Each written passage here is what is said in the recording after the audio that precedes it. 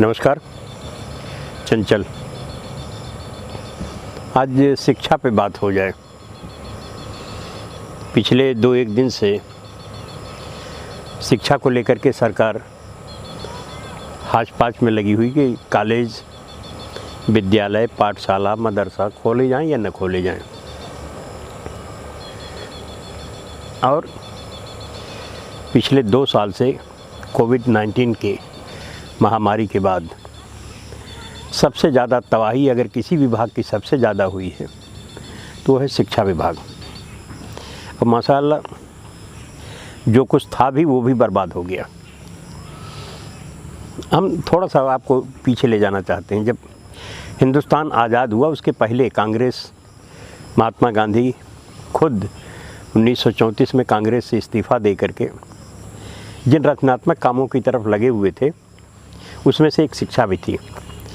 उच्च शिक्षा के लिए उन्होंने डॉक्टर जाकिर हुसैन को चुना और बच्चों की शिक्षा के लिए जो उनके पसंदीदा लोग थे उसमें मौलाना अबुल कलाम आज़ाद थे। और जो शिक्षा नीति बड़ी दिलचस्प है। अगर आप जाएं पीछे और जिनकी उम्र थोड़ा सा और आज़ादी के बाद पैदा हुए लोग हैं उस ज़माने में अगर याद होगा उनको, तो हमारे जो पाठ्यक्रम थे उनकी खूबी ये थी कि उनमें सब चीज़ों की जानकारी हमको थोड़ा थोड़ा हो जाता था। अपने भूगोल का, इतिहास का, गणित का, समाजशास्त्र का, सब का। कालांतर उसके साथ साथ रोज़गार भी जोड़ा गया। बागवानी करना, पुस्तक का कवर डिज़ाइन करना, ये तमाम सारी चीज़ें। उसके साथ फिज़िकल ट्रेनिंग लगी। बच्चे लाठी भांजते थे, लेजिम करते थे, वगैरह वगैरह।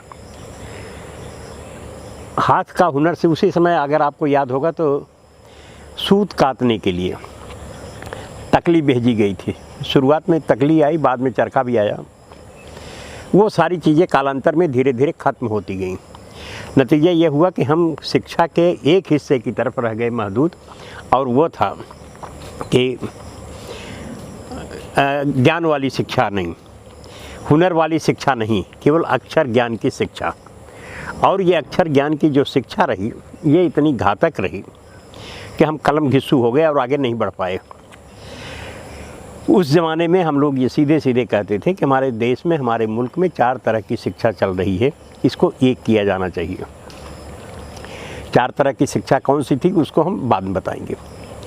एक था गांव का प्राइमरी स्कूल, और एक था उस समय ज़माने में कहा जाता था अंग्रेजी का दून स्कूल, और इसके बीच में 2-3 तरह के और विभाग थे जिसमें शिक्षा बटी हुई थी। शिक्षा के एक ही रूप के लिए हम लोग कोशिश करते रहे। एक दिलचस्प नारा हम लोगों का हुआ करता था उस ज़माने में। एक शिक्षा होने के लिए एक नारा 60 के दशक में हम लोगों ने लगाया है, जेल गए हैं। तवा कढ़ाई सस्ती हो, दवा पढ़ाई मुफ्ती हो। जो घर के सामान है, तवा कढ़ाई हर घर की ज़रूरत होती है, ये सस्ती होनी चाहिए। और दवा और पढ़ाई दोनों सस्ती होनी चाहिए। अरसे बाद आज कांग्रेस ने फिर ये सवाल को उठाया, राइट टू हेल्थ, स्वास्थ्य के सवाल को।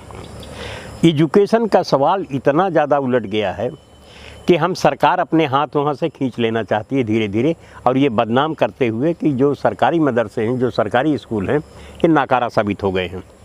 अब इनकी जगह पर अंग्रेजी मीडियम आ गया है और किस तरह से शोषण हो रहा है वो आज भी लगा हुआ है।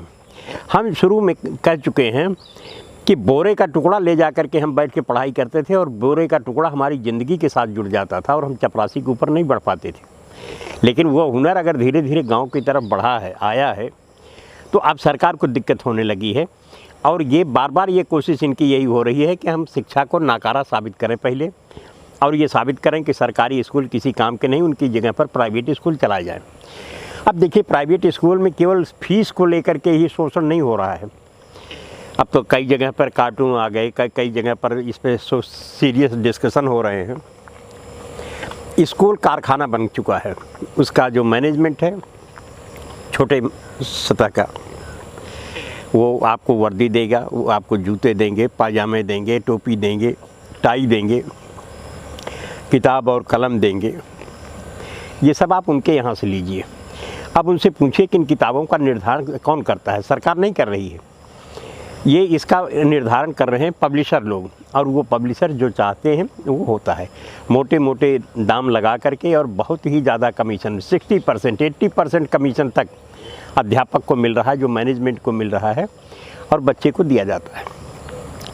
हम लोगों के ज़माने तक ये रहा कि एक पीढ़ी जो किताब पढ़ती थी दूसरी पीढ़ी तक वो किताब चलती थी।